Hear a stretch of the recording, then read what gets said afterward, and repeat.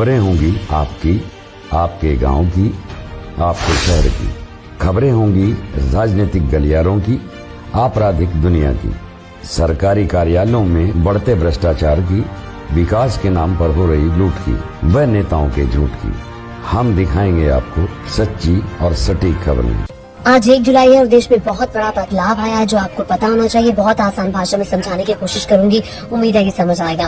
देखिए, criminal justice system जो देश का है वो बदलने जा रहा है। पहले 159 साल पहले वाले जो कानून थे अंग्रेजों के जमाने के, वो बदल गए हैं। पिछले साल ही पास हो गए थे, लेकिन आज से प्रभावी हो गए हैं, यानी कि आज से लागू हो गए हैं। सीआरपीसी की धाराएं बदल गई हैं, आईपीसी की धाराएं बदल गई हैं। आईपीसी कहते हैं ना, धारा 420 लगी है, ठगी की उसने, अरे वो तो ठगबाज है, वो तो 420 है कहते हैं ना। अब वो धारा बदल गई है, वो 420 अब कोई नहीं कहलाएगा।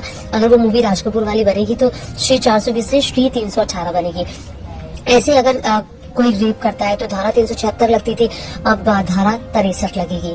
मानहानि में 399 लगती थी, अब 356 लगेगी। तो ये मैंने आसान भाषा में आपको बताया।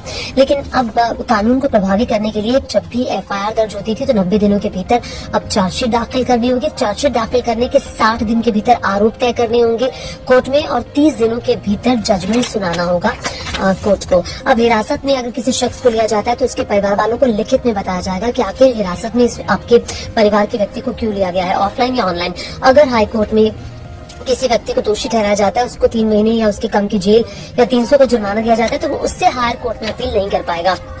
सेशन कोर्ट अगर किसी व्यक्ति को 3 महीने की सजा या 200 का जुर्माना देती है तो अब हायर कोर्ट में अपील कर सकते थे, अब वो चुनौती आप हायर कोर्ट में नहीं दे पाएंगे। तो ये कम से कम ये कुछ तब्दीलियां बहुत मोटे तौर पर मैंने आपको बताया।